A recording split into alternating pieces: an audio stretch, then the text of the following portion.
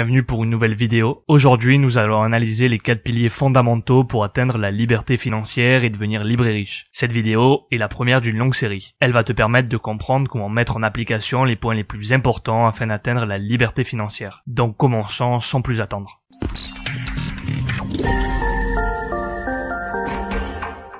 Beaucoup de personnes se demandent comment augmenter la taille de leur porte-monnaie lorsqu'elles n'investissent pas leur argent, lorsqu'elles n'ont pas d'expérience dans ce domaine. Avant même de vouloir faire fructifier ton argent, il va falloir que tes finances personnelles soient saines. Cela représentera la colonne vertébrale des 4 piliers financiers. Bien entendu, si tu n'as jamais reçu d'éducation financière, il est probable que tu sois endetté. Et dans ce cas, pour commencer, tu devras appliquer le premier pilier de la liberté financière.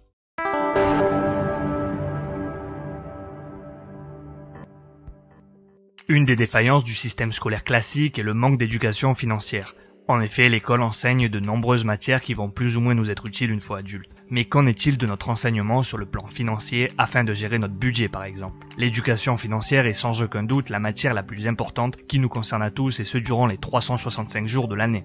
En effet, une personne sans éducation financière pourra gagner autant d'argent qu'elle veut, si elle ne sait pas le gérer, elle finira logiquement par tout perdre. Nombreux sont les exemples de superstars qui ont fini ruinés après avoir amassé des sommes folles. Avoir le dernier iPhone, une Ferrari ou encore une maison de prestige ne fera pas de toi une personne plus riche. La définition de la richesse va bien plus loin que le simple matérialisme. Il s'agit de la capacité d'une personne à s'autosuffire financièrement, sans travailler, sans changer ses habitudes de consommation durant X temps avec l'argent qu'elle dispose.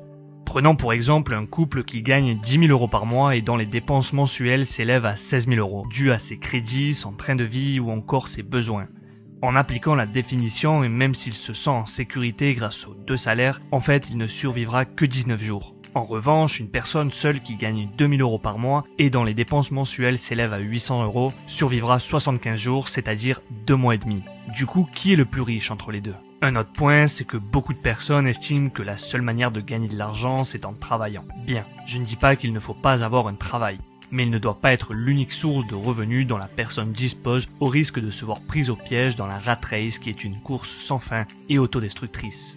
Enfin, le troisième aspect qui est déterminant dans ta quête à la liberté financière, c'est la relation que tu entretiens avec l'argent. C'est ta manière de penser qui déterminera le but que tu voudras et pourras atteindre, car tu te fixes toi-même tes propres limites.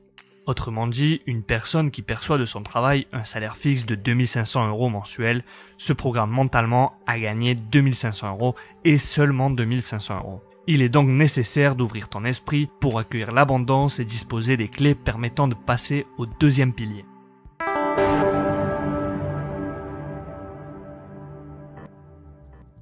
Lorsque tu fais le choix d'investir ton argent, tu dois commencer par l'économiser. Un bon conseil, paye-toi en priorité en réservant au moins 10% de tes revenus à l'épargne. 10% n'est pas une grosse somme. Par exemple, 200 € d'un salaire de 2000 € peut en théorie parfaitement se mettre de côté. Par contre, si tu es endetté, tu peux commencer par 1%, soit 20 € et augmenter petit à petit. Le plus important étant de prendre cette bonne habitude. Pour pouvoir appliquer cette recommandation, tu dois contrôler tes frais afin d'équilibrer tes revenus et tes dépenses. En plus, en épargnant un peu tous les mois, tu disposes d'une réserve d'argent qui te permet une marge de manœuvre plus élevée en cas d'imprévu d'une part et d'améliorer ta situation financière d'autre part. Tout naturellement, lorsque tu commences à avoir une petite épargne, l'objectif est de l'investir pour le faire fructifier. Aussi, pour t'éclairer sur ce point, il faut connaître le troisième pilier. Pour faire simple, un actif, c'est un bien qui te rapporte de l'argent, qui génère un flux financier positif comme par exemple des actions en bourse ou un investissement immobilier. En revanche, un passif ne te rapporte rien et au contraire peut même t'en faire perdre. La grande majorité des personnes, du moins celles qui n'ont pas d'éducation financière, possèdent seulement des passifs qui leur font perdre de l'argent, comme par exemple une voiture ou encore le financement des vacances par le biais d'un crédit à la consommation. Imaginons une personne sans éducation financière. Comme tu peux le voir sur le schéma, elle a un emploi qui lui rapporte un revenu grâce auquel elle peut acheter une voiture. Donc cet achat se place dans la colonne des passifs étant donné qu'elle n'en tire aucun bénéfice économique. Le problème est que pour financer l'acquisition de cette auto, elle va faire un emprunt à la banque, crédit qui s'ajoute à la colonne des passifs déjà existants. Maintenant, il lui faut non seulement rembourser les mensualités du prêt, mais en plus faire face aux différents frais comme par exemple l'assurance, l'essence, les réparations, l'entretien. Et voilà comment une personne peut facilement et très rapidement s'endetter. Le problème des passifs est que très souvent ce sont des frais qui semblent être nécessaires et qui nous semblent indispensables, comme une maison, une voiture, le dernier téléphone ou encore voyager pendant les vacances. Du coup, avec l'argent de notre emploi, on paie des frais, on achète des passifs et non seulement on s'endette, mais en plus l'argent s'échappe, ce qui nous rend dépendants de notre travail. En fait, c'est un cercle vicieux. Mais alors comment agit une personne ayant reçu une bonne éducation financière? En fait, elle sait équilibrer ses actifs et ses passifs. Elle achète en premier des actifs qui génèrent des revenus passifs, comme par exemple un appartement dont elle perçoit les loyers qu'elle va ensuite réinvestir. Ainsi, les excédents se retrouvent dans la colonne des actifs et la font croître. Conclusion, pour atteindre la liberté financière, ta colonne d'actifs doit être plus importante que ta colonne des passifs. Et donc, si tu veux augmenter tes dépenses et ton style de vie, tu dois d'abord accroître ta colonne d'actifs afin de maintenir ce niveau de richesse et compenser les frais générés par l'acquisition de passifs.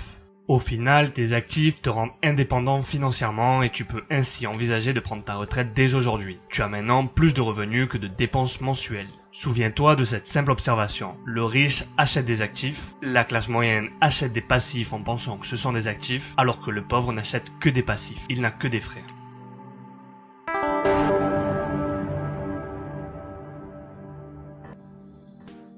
Maintenant que tu connais les concepts d'actifs et de passifs, tu peux commencer à investir intelligemment. En prenant compte du caractère temporaire d'un investissement, ce dernier peut s'effectuer à court terme, moyen ou encore à long terme. Et en fonction du risque qu'il entraîne, la rente peut être fixe ou variable. On parle de rente fixe lorsque l'on connaît d'avance la rentabilité d'un investissement. Les risques sont moins élevés et donc les bénéfices sont plus faibles. C'est le cas d'un compte d'épargne par exemple. En revanche, dans le cas d'une rente variable, on ne connaît pas d'avance la rentabilité puisque celle-ci peut varier. C'est donc plus risqué, mais les bénéfices sont plus élevés. Le meilleur exemple reste la bourse. Généralement, plus le risque est grand et plus la rentabilité l'est aussi. Il existe 4 grandes sources d'investissement à la portée de tous. Premièrement, l'immobilier. Il est considéré comme étant stable, concret et immuable, ce qui lui confère une position de choix comme investissement. Possède l'immobilier et tu posséderas la richesse. Deuxièmement, Internet. Oui, Internet, une des plus grandes révolutions de notre siècle. Environ 4 milliards de personnes y ont accès dans le monde et donc le marché potentiel est énorme. Contrairement à une boutique classique ou un magasin,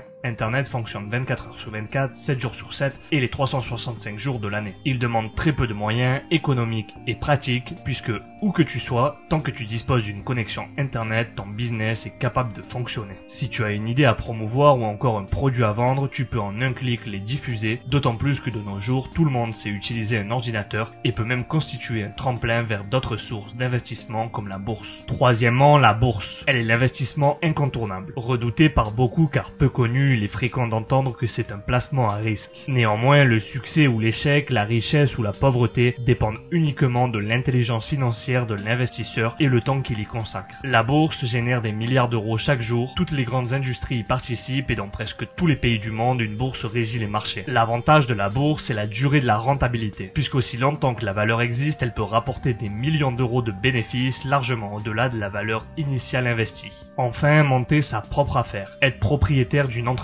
Avec ce dernier investissement, tu peux engendrer des gains financiers relativement élevés en fonction du succès. Pour créer ta propre entreprise, avoir une idée de génie n'est pas indispensable. Tu peux tout simplement importer un bien intéressant qui n'existe pas dans ton pays et produire à moindre coût à l'étranger. Ou encore améliorer un bien, un service qui existe déjà. Dans notre société actuelle, dite de consommation et en perpétuelle évolution, il est nécessaire de s'adapter et pourquoi ne pas anticiper le progrès. Certes, créer sa propre entreprise requiert du temps, de l'argent et des efforts. Néanmoins, utiliser Internet comme raccourci est un bon moyen de réduire les coûts et de bénéficier du 2 en 1. Au final, tu vois qu'atteindre la liberté financière commence par une prise de conscience, une attitude à avoir vis-à-vis de l'argent afin de comprendre l'importance d'un bon équilibre entre ses actifs et ses passifs. C'est ce qui te permettra de faire fructifier ton argent et ainsi obtenir ta liberté financière. Maintenant que tu connais les 4 piliers fondamentaux, je t'invite à y réfléchir et à faire le point sur la stratégie à mettre en place.